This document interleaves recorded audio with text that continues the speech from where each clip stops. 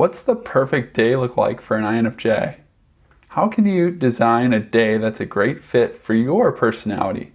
Stick around for today's show to find out.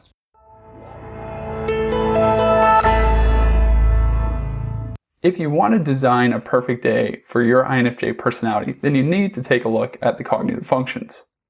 Most people are familiar with the preferences: introversion, extroversion, intuition, sensing, thinking, feeling, and judging and perceiving. But far fewer people know about the cognitive functions that come from the work of Carl Jung. Carl Jung's work with these mindsets, as I like to call them, is what actually gave rise to Myers-Briggs personality theory. Elizabeth Briggs and Isabel Myers took Jung's work and made it more accessible so that people all over the world could take advantage of it and better understand themselves and others. That said, there's still a wealth of knowledge available about you and your personality and how to make a perfect day, for instance, available in the cognitive functions. And these functions, Jung observed, motivate people. They help them make decisions, and they help them process and collect new kinds of information in unique ways. One way to think about the cognitive functions or mindsets is to see them as pairs of different colored lenses through which different personality types view the world. So while one person might think about what's available in the current moment and have highly attuned senses that pick up on the beautiful surroundings, the sights, the smells, and the sounds, another might be very future-oriented, creative, and insightful. The differences between the two types isn't a matter of shortcomings, but rather a difference in the cognitive function that's driving his or her personality. Each of the personality types has 4 of these cognitive functions arranged in a hierarchy from strongest to weakest. So by looking at your cognitive functions, we can learn a lot about you. And thanks to a recent theory by Elaine Shalik at personalityjunkie.com, we can learn how to design a perfect day for you just by looking at this hierarchy. Shalik has observed that most people, when given the chance, like to start the day with their favorite, strongest function. Then later on in the day, say late morning or early afternoon, they'll move on to their second strongest function. They'll probably end the workday with their third function, and then they'll relax at the end of the day with their fourth and weakest function. Your INFJ functions include introverted intuition, extroverted feeling, introverted thinking, and extroverted sensing. Let's take a look at each in turn and see what your perfect day might just look like. As an INFJ, your favorite function is introverted intuition. So you are a future-oriented, creative, thoughtful, insightful person. You will probably, as an introvert, enjoy an intense period of study or creativity first thing in the morning. In fact, if you can set aside 2 to 3, maybe even 4 hours to yourself first thing when you have your best energy, where you can be in a place where you won't be interrupted, chances are you'll be a very happy camper. Just think about a day when you have time to yourself, if you even have that opportunity. For example, when I have a Saturday off, one of my favorite things to do is to head over to my computer and to work on an article, or to work on a video like this, or even to read a book or to do some kind of studying. But often it goes on for 2 to 3 hours. And I like to be in a room where there's almost no interruption, because introverted intuition is such a fragile process where I'm thinking about future possibilities, I'm synthesizing ideas, and I'm creating. But I can't have any sound interrupting it. So given the chance, I'd love to start my day that way. And that's, from what Elaine Shalik says, what most INFJs would connect with too. Now, the way you use your introverted intuition may be different than the way I use mine or another INFJ uses his or hers.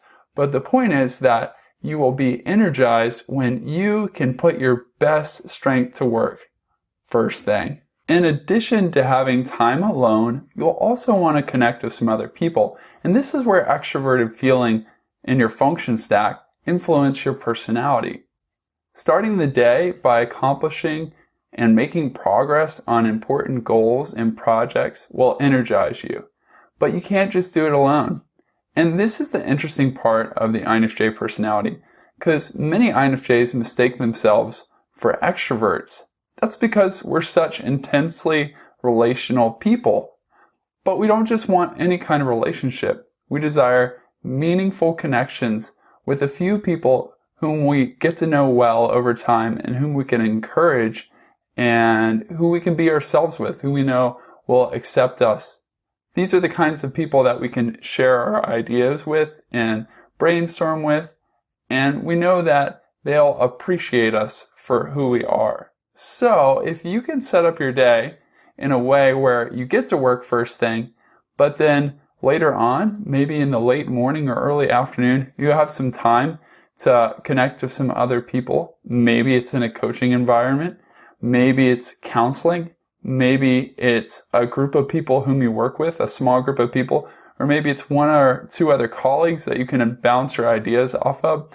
That's really going to energize you, because the way you process a lot of your ideas is to extrovert them. You need to share them. And in fact, sharing also helps you to process and work through your feelings so that you can determine which ones are yours and which ones are those that you picked up from the people around you, as INFJs tend to do. So to make the perfect day, you want to progress to relationships, meaningful relationships with a few people. And the extreme that society recommends is that we connect again with a lot of people, but understand that doing that will drain you. And it's okay from time to time. But what's really going to energize you is connecting with a small group of people you trust, or with one or two people that you trust. After you've had the chance to connect with some people and the early afternoon wraps up and you head into the latter part of your day, maybe towards the end of your workday, for example, you're going to want to incorporate the third cognitive function in your function stack. And this function is called introverted thinking. It's a very logical function. This function enjoys understanding systems. It enjoys efficiency. It enjoys creating custom solutions to problems that might crop up. So, when you're working with this function, you may want to look at how you have organized your workspace. You might want to rearrange it so it's more efficient. Or you might want to go back and check your intuition, your creative ideas, fact check and logic check it. You might want to organize your filing system to make it more efficient. This process, combined with your introverted intuition, will allow you to reflect on your priorities and help you to make strategic decisions moving forward. Finally, this process is really good at categorizing all that you've learned. So as you've acquired new information, introverted thinking can help you create a logical system to organize and better understand what you've learned. As you wrap the day up, you are going to probably want to spend some time relaxing via extroverted sensing. Extroverted sensing excels at being in the moment. It's also highly attuned to any of the senses. So beautiful sights, fantastic smells, interesting sounds, they're all included in extroverted sensing. So when you wrap up your day, as you go home, you're probably going to want to relax and recharge by, for example, going outside for a walk and looking at a beautiful nature scene, or maybe just going for a drive and thinking. You may also want to exercise, which extroverted sensing enjoys.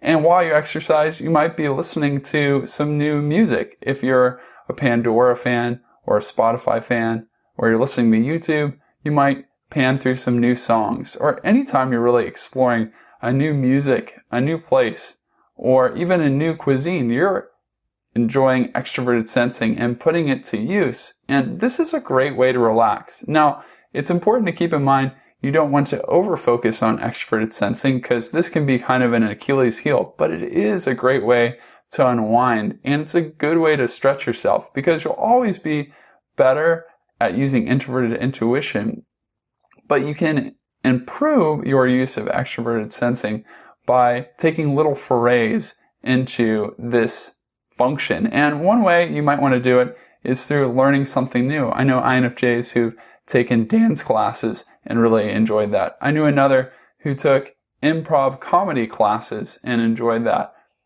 Things that allow you to be in the moment and to exercise skills you might not get to exercise otherwise. For me, it looked like playing basketball or volleyball with friends, or picking up the guitar and learning how to play that, which was more of a tactile, hands-on form of creativity. So while it'll be combined with some other functions, this is a great way to relax at the end of the day. So to briefly recap and summarize what we've talked about, you can have a great day by arranging your schedule in order of your cognitive functions. So think about how you can lay out your day, giving yourself time for introverted intuition, for extroverted feeling, for introverted thinking, and then extroverted sensing in that order. And you may need to be creative, so don't be afraid to go to bed early and get up early so you have more time to yourself in the morning without interruption. Or think about how you can develop some relationships with just a few people that go deeper and are more meaningful, and maybe how you can eliminate extra meetings with large groups of people. Look for other people who have found successful solutions to these problems and who have also leaned into their strengths. Imitate them and modify where necessary, and you can have a great day. Want to learn more about how to design a life that's a great fit for you as an INFJ? You can do it by reading my ebook, The INFJ Personality Guide, and I'd love to give you a free copy. You can get one by texting the letters INFJ to the number 444999, or you can visit ispeakpeople.com/INFJ-personality-guide, and I'll put that link in the description below this video. In this book, you'll learn about the mindsets that drive you and motivate you, and explain why you do what you do. And you'll also learn about how INFJs can overcome common challenges they face. Thank you so much for watching this video today. I hope that it served you. If you haven't yet subscribed to the channel, I encourage you to do that. I'm creating new content each and every week for INFJs just like you. I look forward to seeing you on the next show.